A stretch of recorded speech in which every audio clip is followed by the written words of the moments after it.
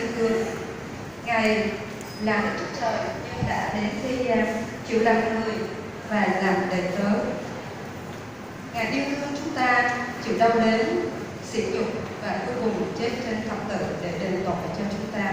Sứ đồ Giăng có chép: hỡi kẻ rất yêu dấu, nếu Đức Chúa Trời đã yêu chúng ta dù mấy, thì chúng ta cũng phải yêu nhau. Hãy yêu thương nhau là điều mà Chúa muốn chúng ta thực hiện. Đây cũng là tựa đề bài thánh ca mà phụ nữ hờn mong sự ca ngợi Chúa.